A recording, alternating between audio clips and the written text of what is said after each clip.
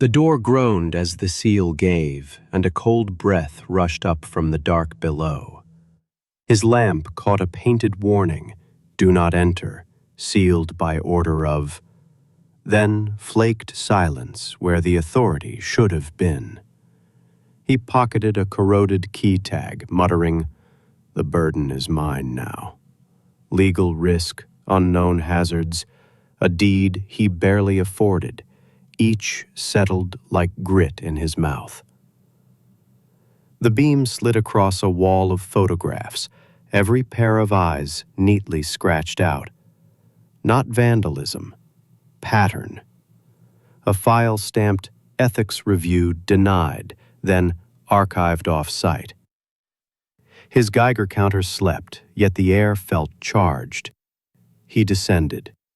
The padlock he'd cut clattered like a verdict. He bought the land because nobody else wanted it. Tax delinquent. Swallowed by pines.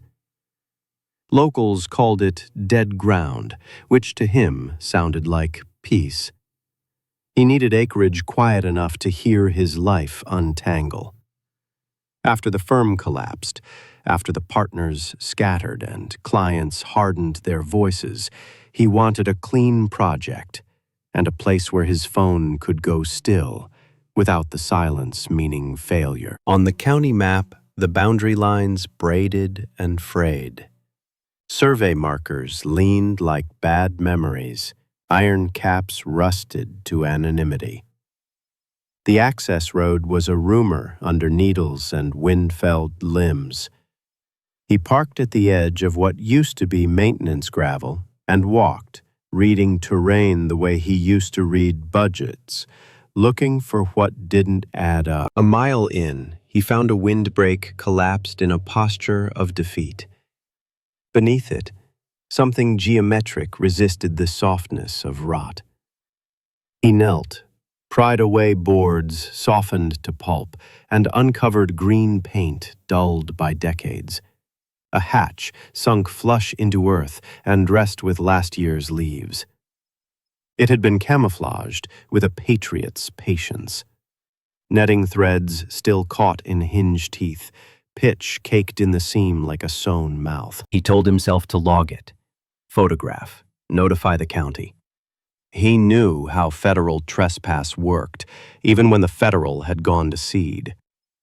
But the wheel on the hatch was lead-sealed, and the seal was stamped with a number that tugged an old technical manual from memory. Air handling units. Pressure doors. Bunkers etched into maps that were never public. He cleaned the wheel with a rag, and the rag came away tar black. The seam had been welded at points, then dressed with pitch to look like time alone had closed it. Someone had decided this would not simply be forgotten. It would be kept shut. He traced along the rim until his fingers hit a notch that wasn't corrosion. A hidden release sat under a blister of paint, an old engineer's compromise between permanence and the panic that requires an exit. He hesitated. The deed had his name on it, but deeds came with liabilities like sleeping dogs, quiet until they weren't. If this was what he thought it was, opening it could mean federal men and sealed rooms and his thin savings dissolving in fees. He steadied the part of himself trained to be careful.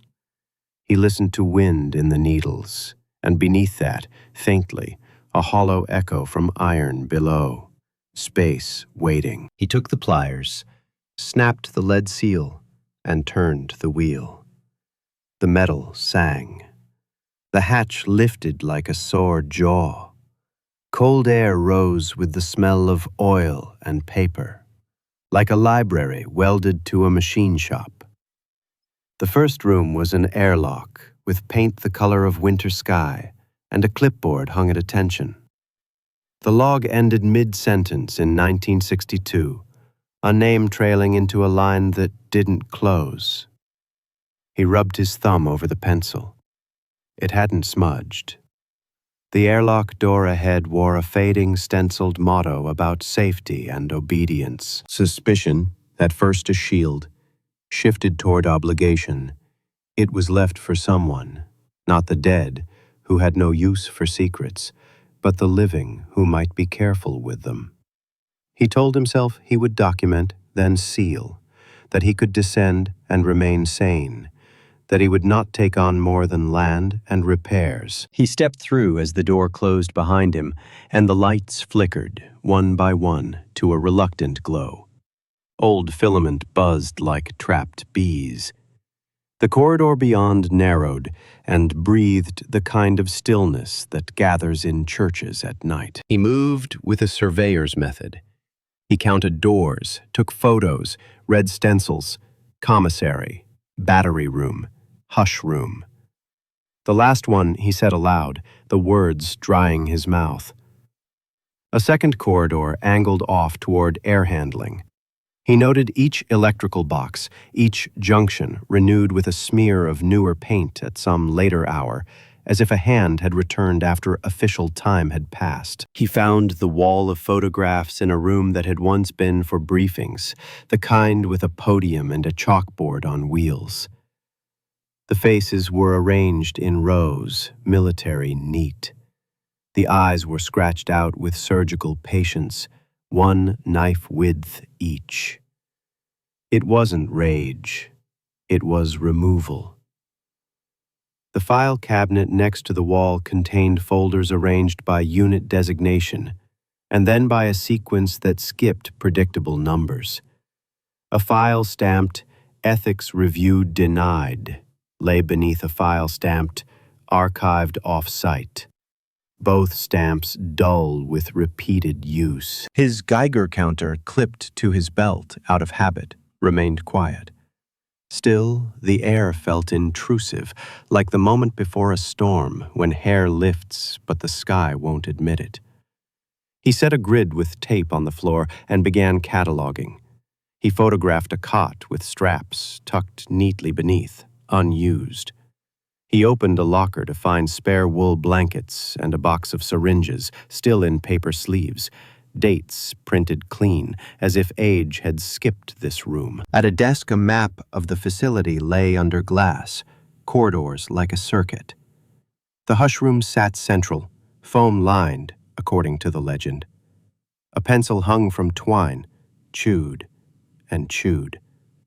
He traced HVAC routes with the pencil's blunt tip, following vents that looped from intake to a chamber serviced by sensor arrays, then to exhaust filtered twice over. He found the incinerator feed hatch. He found the power bus, stabilized with a brace someone had welded by hand. He found a name scratched under a drawer when the handle stuck. Not a signature, just an initial and a date that matched the last line in the log. The number told him nothing. The date told him enough. He waited in that thin-lit quiet and admitted what he'd already decided. He would map the ghost. He would understand what lived here without bodies, and then decide what a single man, broke and stubborn, owed to history that had not asked him to be born.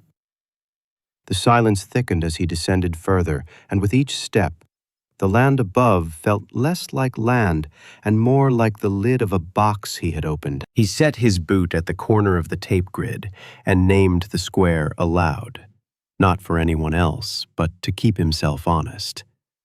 A1. Doorway threshold scuffed to bare metal. A2. Paint flakes, dust undisturbed beneath hinge shadow. A3. Wall stencil, evac diagram, peeling like an old scab. He photographed each cell, letting the flash carve detail out of the dim, while his lamp softened edges. The habit steadied him. He could catalog rot and not drown in it. His notes began to look like a survey map inverted into interior life. Wall stencils listed numbered lockers, mess, decontamination. At the heart, a room boxed in thick lines on the blueprint pinned under glass. Hush room.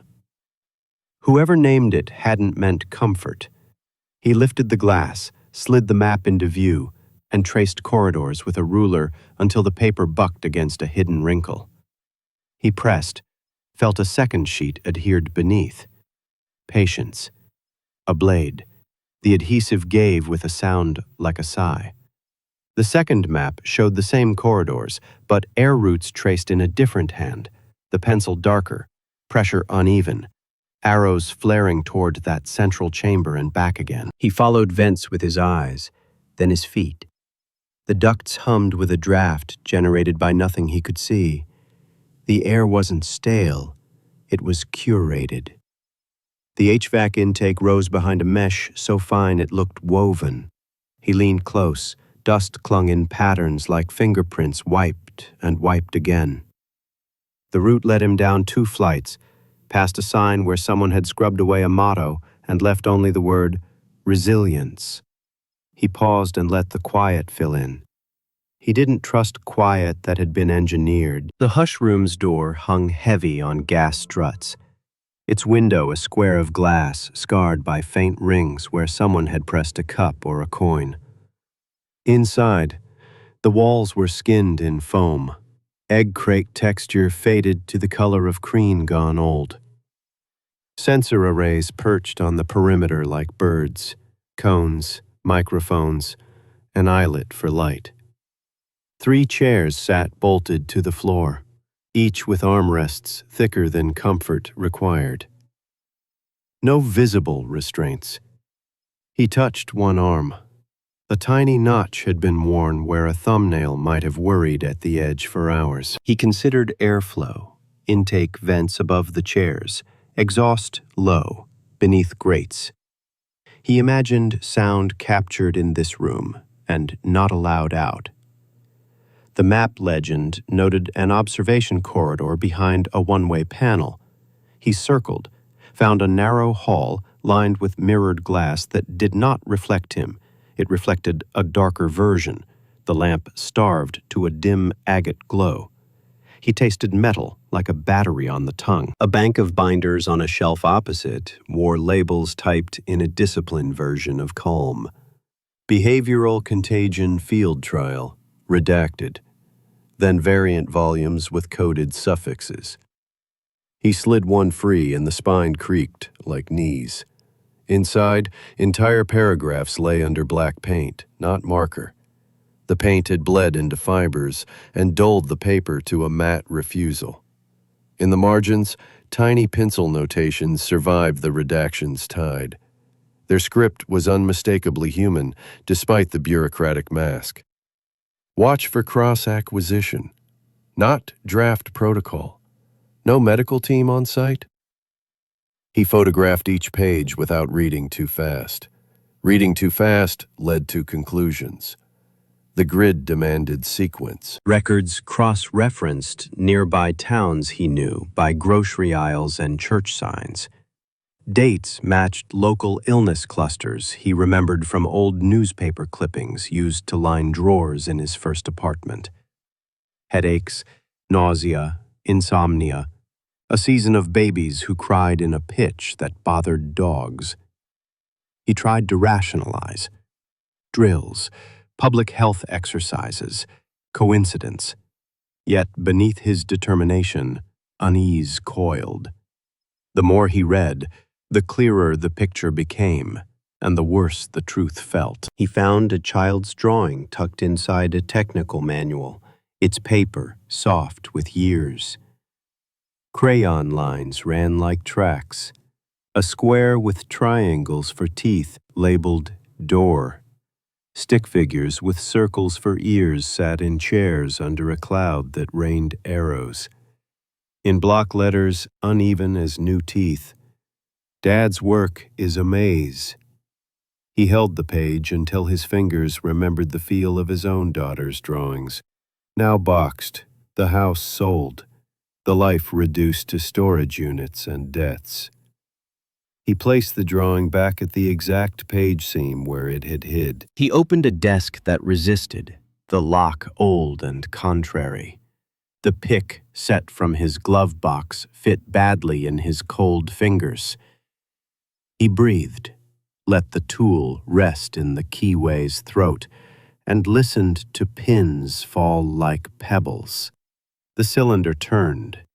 Inside, a ledger lay under a strip of graphite worn down to a stub.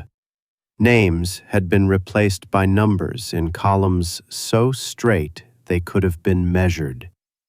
In the margins, in that same marginal hand, occasional phrases bent the stiffness. Arrived without mother. Promised a short. Informed without capacity. The phrase caught and stayed like grit in his eye. He said it aloud to hear its lawfulness erode in the air. He kept cataloging. A metal tag basket labeled Returns contained key tags that didn't match any locker he'd seen. On a corkboard, a memo hung at an angle that the straightening impulse in him resisted. The stamp gave it authority's costume. Ethical waiver. Proxy authorization pending. Beneath, written small beneath authority's mask, "We will not get this through clean." He photographed, then copied the words in his notebook because cameras fail and memory lies. He traced the HVAC routes back to a service bay. Filters stood in a column, each dated in pencil through 1962, then a blank that a later hand had filled with inspection only, and a set of initials that meant nothing and everything. Tools lay arranged with military caution. Torque wrenches, clamps, a tin of grease with a thumbprint fossilized in it. He held the wrench, then set it down. He wasn't here to fix. He was here to witness. The first try-fail cycle asserted itself with stubborn practicality.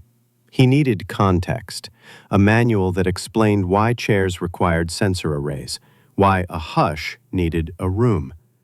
But the binders were designed to be beautiful and useless, where design meant to reveal enough to pull you in and conceal enough to protect whoever wrote them.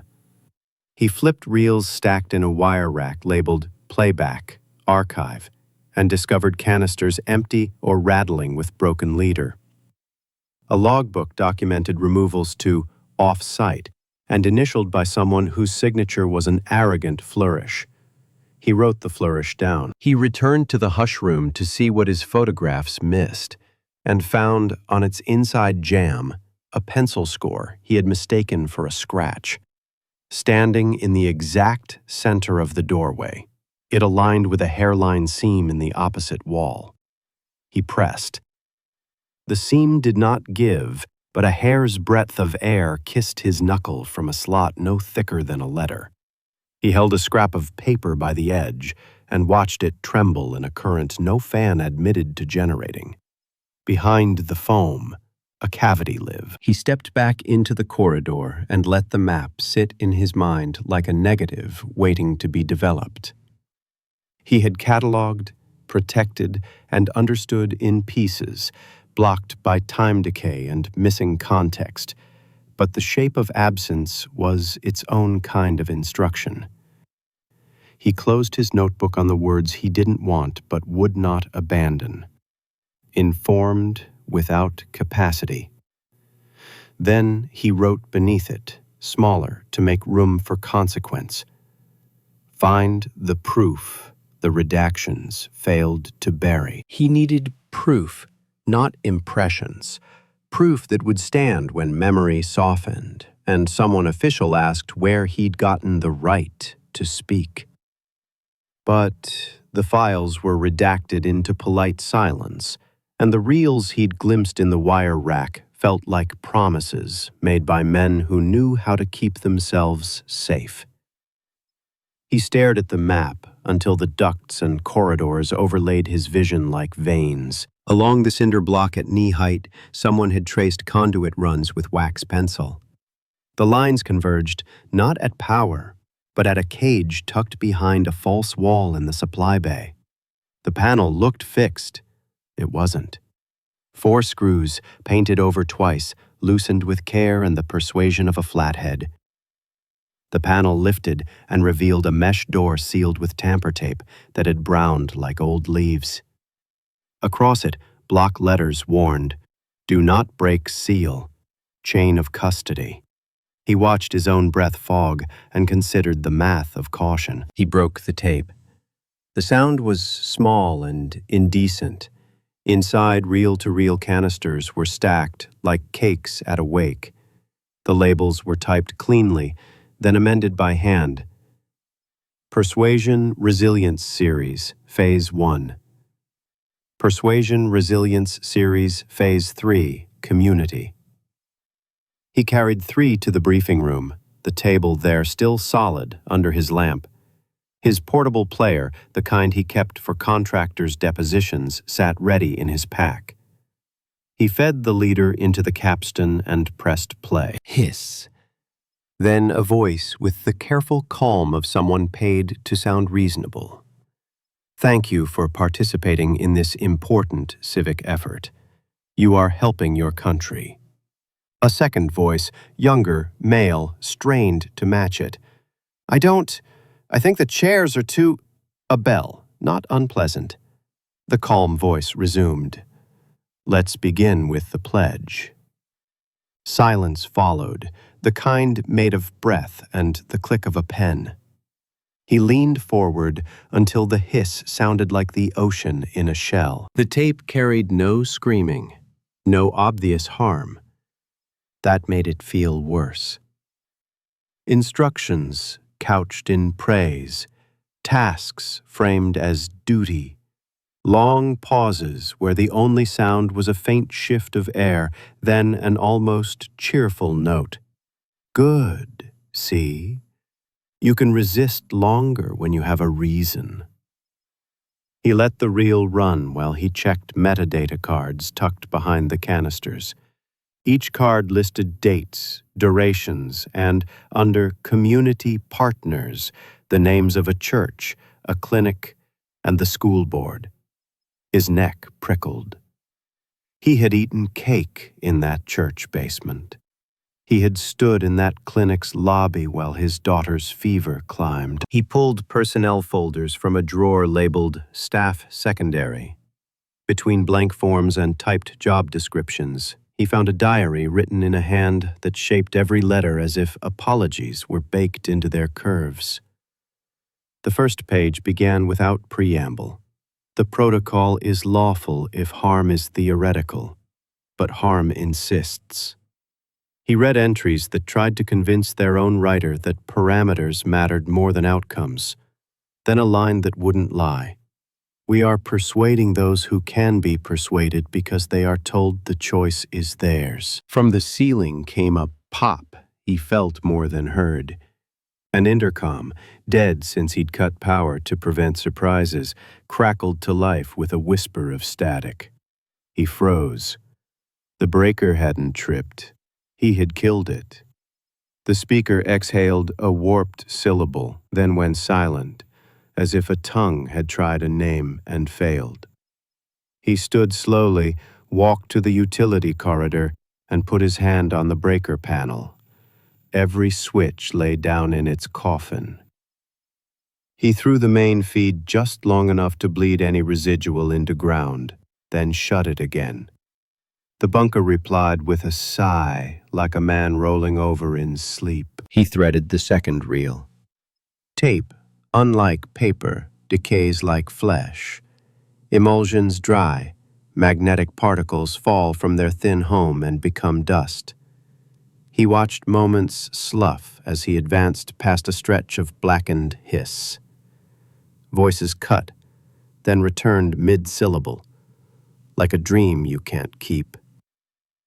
The critical segment that should have described the field phase, moving beyond the hush room into town, was a lacework of gaps. He coaxed with isopropyl and patience. The timeline stayed broken, more holes than cloth. Failure pressed at the edges. He needed a living spine to tie the fragments to. He emptied the cage, and at the back he found a duplicate index, a card catalog to the reels that listed not names, but aliases. Fiesta initial, last name color. He copied the list into his notebook, then set the book down and tried to see the ledger he'd found earlier through this lens. Numbers could be refit. Aliases could be crossed with dates. He had grown up reading gravestones while his father measured lot lines. The cemetery held records that did not forget. He went to town on the pretense of buying nails. He parked 2 blocks from the church, then walked to the old cemetery, its fence stapled with notices that looked officious but felt neglected. The stones were small, the kind families chose when money was mean and life was shorter. He moved row by row with the rhythm of measuring chain links. An alias matched a nickname carved in stone. A date matched a spray of plastic flowers bleached to the color of memory. He did not take photos. He copied initials and dates until his fingers cramped and the daylight went a color that warned him to leave. Back in the bunker, the air felt closer. The lamp haloed dust into galaxies. He opened the diary again, as if the writer might steady him. Instead, he found an entry that had waited to be read aloud. Today, the board approved proxy forms. Consent can be delegated if the subject lacks capacity. We will borrow consent from guardians. The word borrow caught its heel on the floor of his mouth. He went to the hush room and sat in one of the bolted chairs. He placed his palms on the armrests and listened to the room listen to him. Proof did not always look like a smoking thing. Sometimes it looked like a neat index filed in duplicate because someone loved order, and in loving order, betrayed themselves. He compared the duplicate index against the personnel roster, against the ledger with numbers, against his cemetery notes. Entries filed under aliases matched graves in the old cemetery, names resting beneath initials and colors that could not disguise them from what stone kept. It wasn't just discovery now. It was inheritance. He stepped to the intercom panel and traced a fingernail along its seam, a smear of newer dust cut by an older finger. He pressed the call button and nothing answered, which told him as much as a voice would have. Someone had listened here after the official silence began. He wrote one more line in his notebook. Find who signed the proxy forms. Find who authorized the borrowing. Then he stood, and in the quiet he understood that the proof he had would never feel like enough, and the proof he lacked would keep him descending. He needed a name to anchor the ledger's numbers and the diary's sorrow. The deed chain, brittle with photocopies, seemed like a place to start. In his truck, under a sun that made the pines smell like resin and old rope, he spread the parcel history across the seat and followed signatures backward. A clean sequence of owners faltered at a transfer dated neatly but signed strangely. Where a name should have been, the document read, Trustee for Estate. No estate named. No decedent listed. A hand had excised identity and left only custodian. He returned to the bunker and climbed the narrow stair to a mezzanine that felt like throat above lungs. Storage lived there, cardboard softened by time, a cot folded like a decree. Along the far wall, behind a line of lockers whose doors slept half open, he saw a metal box riveted to a beam, paint the same dull winter blue as the airlock. It resisted until he realized the latch needed downward, not outward, pressure. Inside, an envelope lay sealed in wax hard as glass. To the next custodian, the neat script declared, as if the future were just another line on a form. He sat on the mezzanine floor, lamp low, and broke the seal. Inside were maps amended in pencil darker than the original print, a small ring of keys tagged in an engineer's hand, and a letter folded once. The letter began without greeting. If this opens, the county has forgotten what it promised. It continued in a voice that carried both order and regret. The work below is incomplete, not for lack of will, but for lack of consent. When promise becomes policy, harm hides in the gap. Do not let the gap widen. A paragraph referenced a sealed ethics review held at a state university archive. Case number, unit designation. A date that matched the last entry in the clipboard log. He wrote everything down twice. At the end of the letter, a sentence had been clipped by an absence, a second page that should have completed the thought. He held the single sheet to his lamp. Fibers glowed. A corner bore faint discoloration, a crescent of mold, and the sharp ghost of ethanol. Someone had handled this page with gloved haste. Someone had removed the rest, recently. He took the maps and keys, slid the empty envelope back into the box, and descended, counting steps like a man counts truths he knows he'll have to say aloud. The town records office lived in a building that smelled of toner and hope deferred. He asked for file polls by unit designation. The clerk's face rearranged itself into neutrality, which only comes easily to the practiced. She tapped keys, then stood, then returned with nothing and a line meant to end conversation. Those records would be at the state, if anywhere. He thanked her, wrote in his notebook the exact phrasing she'd used, and added the tilt of her mouth like a margin note. On the way out, a corkboard near the door carried an old photograph under plastic. The caption named a road project from a time when funding still believed in roads. In the background, before the pines regrew their cover, his parcel lay raw. The hatch was visible as a square lighter than soil. Beside it stood a soldier in fatigues, expression unamused by the camera, hand resting on the shoulder of a child whose hair was cut straight across, like a ruler's edge. The child held a folded paper like a flag. Across town, unaware of the danger he would only later admit to, he bought fuel and bread and returned at dusk. The light had gone copper. The clearing around the hatch looked wrong in a way his body read before his mind did. 2 boot prints pressed the loam near the hatch ring, wind-etched at the edges but sharp enough to be new. Not his soles. Different tread, wider stance. He knelt, thinking of length, weight, the way knees track. He followed 3 paces and then lost them in the pine duff's forgiving disorder. He dropped into the bunker with his lamp held high and a tool heavy enough to argue. The mezzanine box lay as he'd left it. The envelope's wax pieces sat undisturbed.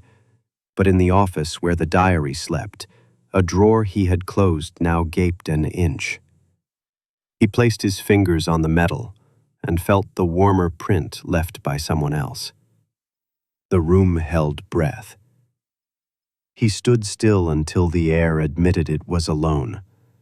Then he went to ground like a mouse, learning the pattern of a hawk. Failure arrived not with drama, but with absence. The letter's second page remained missing.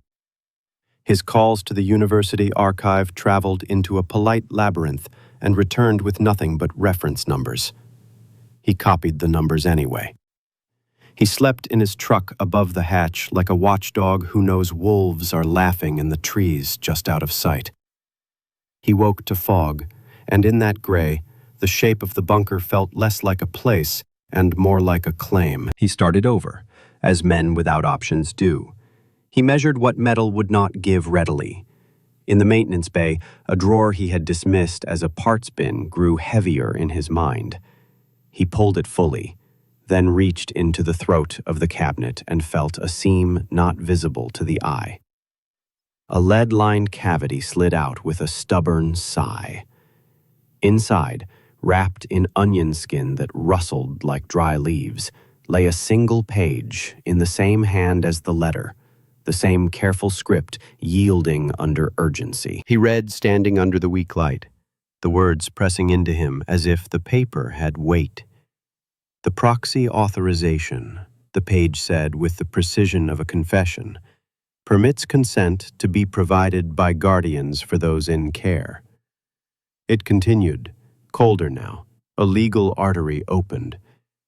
We have applied it to wards, to patients deemed without capacity, to school children under remediation plans signed by principals. Borrowed signatures, borrowed choices. He watched the sentence walk into its own abyss. The review board is sealed by arrangement with the county to prevent public panic. The truth was worse than rumor. Consent borrowed from the powerless. He sat on the floor and let the concrete take some of the burden, even though concrete does not keep what you give it. He saw the ledger's numbers differently now, like doors whose keys had been cut elsewhere. He saw the church's name on a metadata card and felt the weight of coffee poured by kind hands that did not know what agreement had been made in their name. He returned to the hatch because he needed sky, and as he climbed, he repeated the words of the letter's first page until they were less sentence and more vow. If this opens, the county has forgotten what it promised. Above ground, the pines whispered without wind, the way mouths do when a secret is about to be told by someone who has finally decided to stop being careful.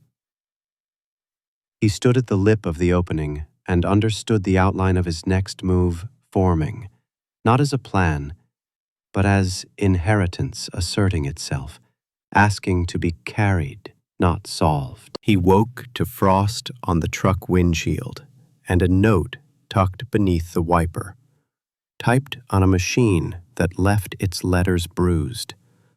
The bunker is a memorial. Leave it sealed. No signature, no threat needed beyond the presumption of community.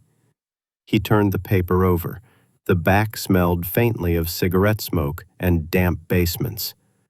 He folded it once and slid it into his notebook, a leaf pressed for later. At the gate, an assessor's sedan idled with state plates.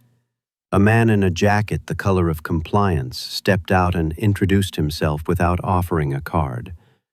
Irregular land use, he said. Questions about subsurface liabilities.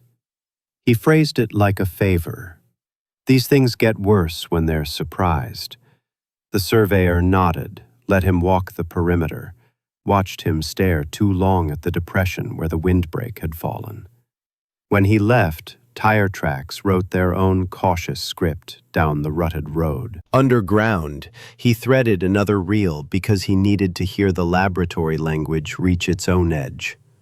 The tone had shifted. He could hear it, from clinical to apologetic. "We can't publish this," a woman's voice said with a kind of exhausted clarity. The tape juddered, then continued in a voice that tried to reassemble the room. Parameters were not met.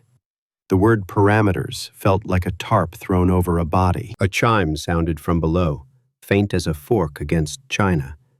He set the reel down and followed the sound, lamp swinging, heart adopting the metronome of caution.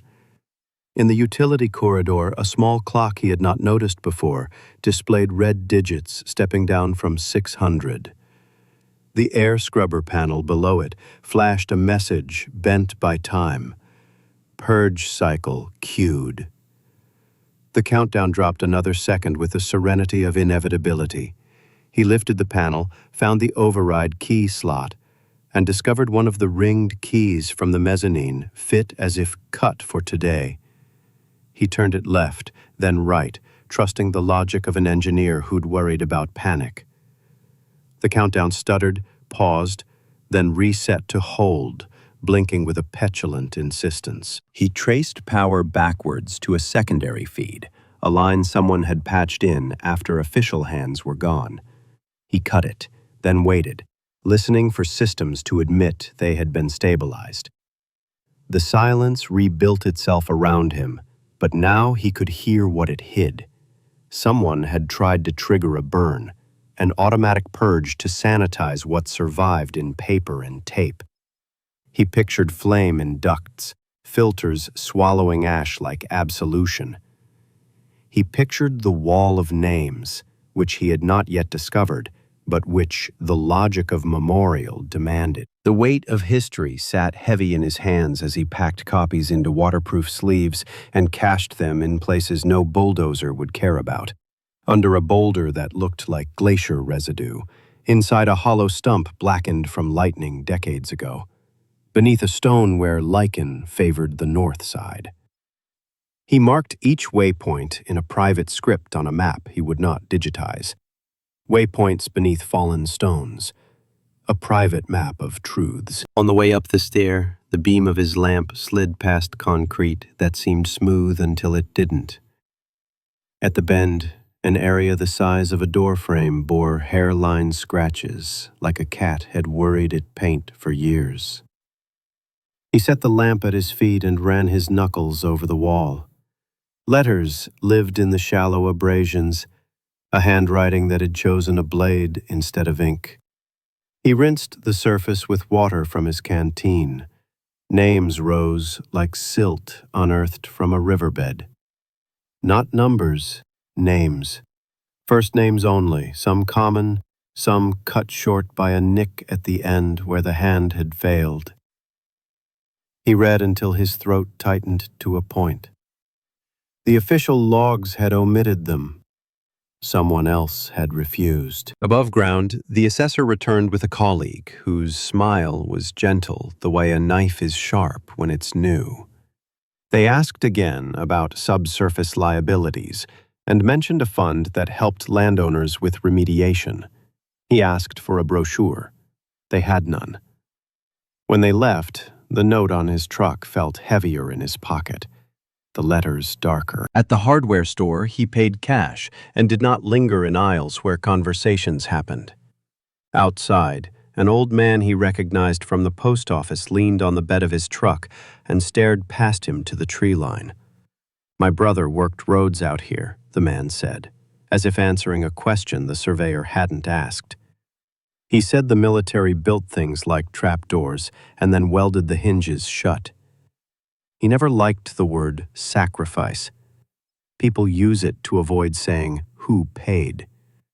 The surveyor said nothing because agreement felt too small.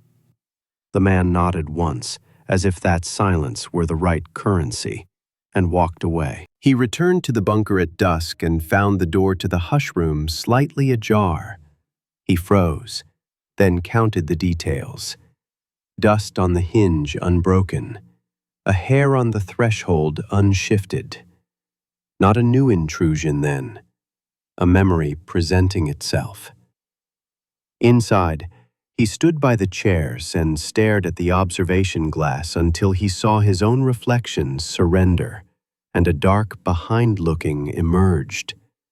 He pressed his palm to the foam and felt nothing.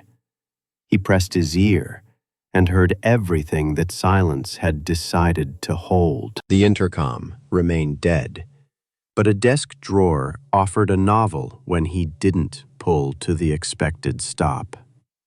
It slid deeper, and behind it, a shallow cavity held a folded scrap, edges burned. He smoothed it.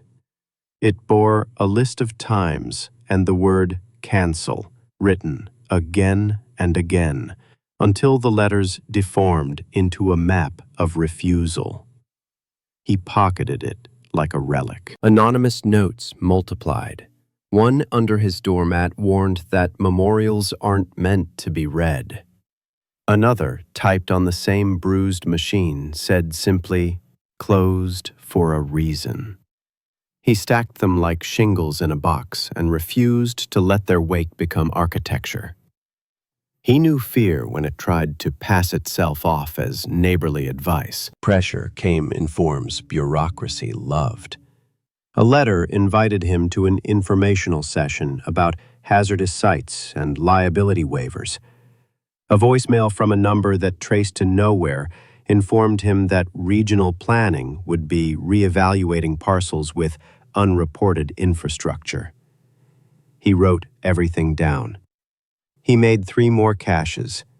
He sent a packet, without return address, to a P.O. box he'd rented under a name that once belonged to a man who'd sold him a used theodolite. In the corridor of names, he drew his lamp slowly, letting each letter burn into recollection.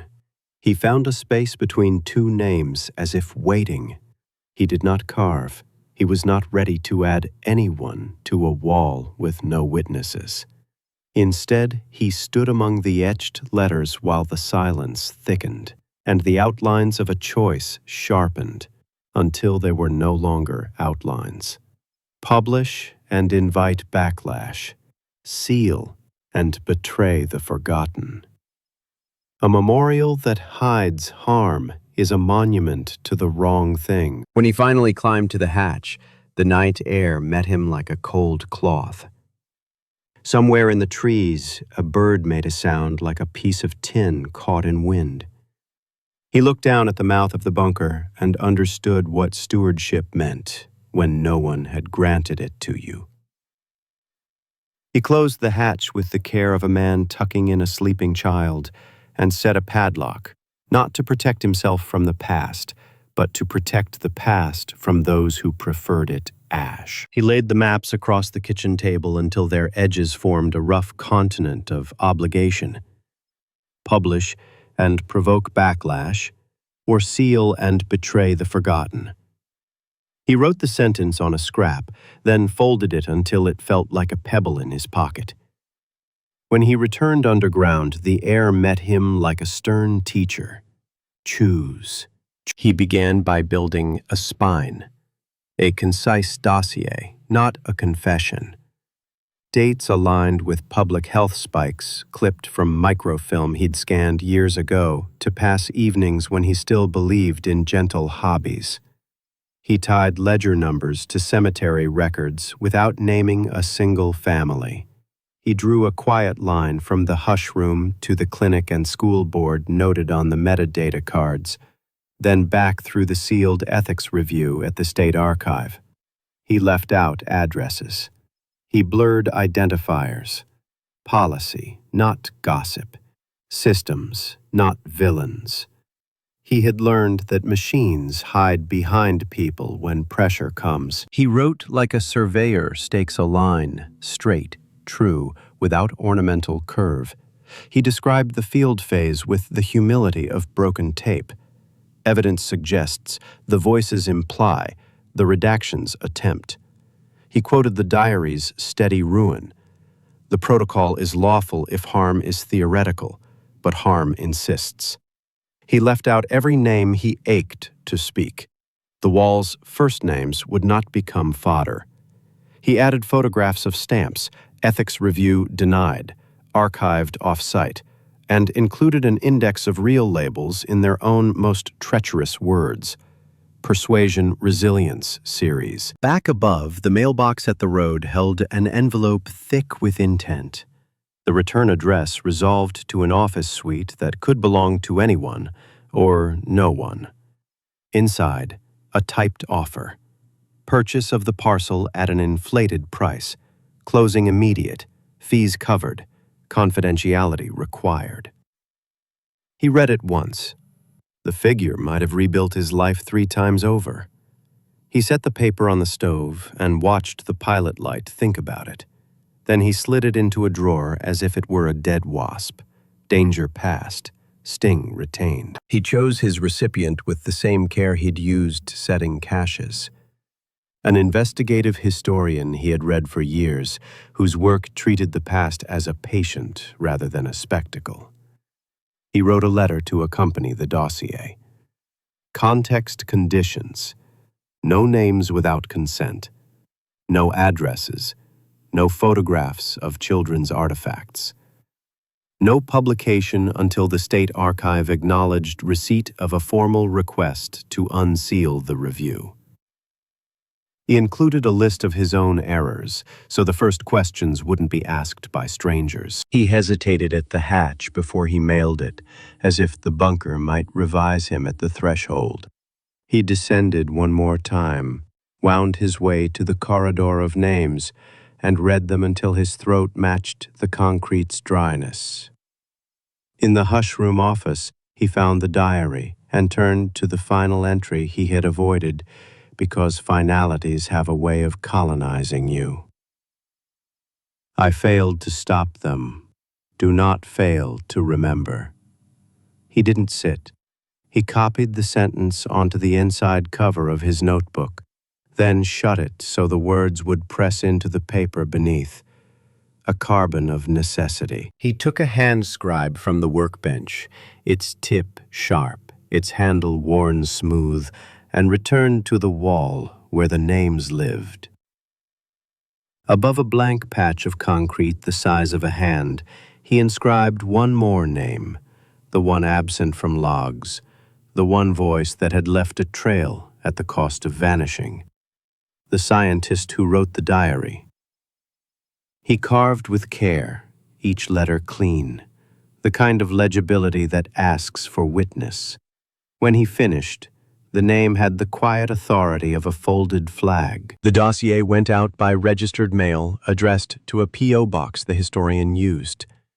He mailed a second copy to the State Archive with a request that declined to sound outraged. Outrage often gives officials permission to delay. He wrote like a man telling a neighbor the fence had drifted. Factual, map-backed, polite with teeth. Days narrowed into hours, measured by the sound of tires slowing on gravel by his gate, and then speeding again. He breathed through each and did not open the door. He carried wood in the thin light. He walked the fence line and checked for new cuts. He cleaned his lamp's lens and brushed dust off the intercom, as if preparing a place where silence might dignify what speech would cheapen. The reply arrived folded into the kind of brevity he trusted. From the historian. Verification underway. Your conditions are sound. We will seek institutional corroboration before publishing. Then, like a hand placed on a shoulder you didn't know you were bracing, you are not alone. Understand, an hour later, an email from the State Archive, its language distilled to bones. Receipt acknowledged. Sealed ethics review exists. Petition to unseal under consideration. He carried the messages down into the bunker, the way a man carries bread to a table where hungry ghosts have been waiting without asking for pity. The air felt less stale the next time he descended, not because it had changed, but because the loop was open now. Sealed had become pending. Pending had become possible. He rested his palm on the etched names and let the cool stone remind him that remembering is not passive. It is work. It is the opposite of pretending the ground has no basement. He turned off his lamp and stood in the dark a full minute, trusting the room to hold the choice he had finally made. The historian's piece landed gently. Agencies called with careful voices, no sirens, paperwork. Locals left tokens at his gate, dog tags, a ribbon, one photograph. He set a ledger by the hatch. If you know a name, write it. An old man wrote initials. Left. The surveyor didn't follow. He locked the hatch, the engraved names glinting in his lamp, and said, "We will not lose you again." If this story stayed with you, subscribe and tell us where you're watching from. Follow the channel to uncover more forgotten legacies and the quiet decisions that shape what we inherit.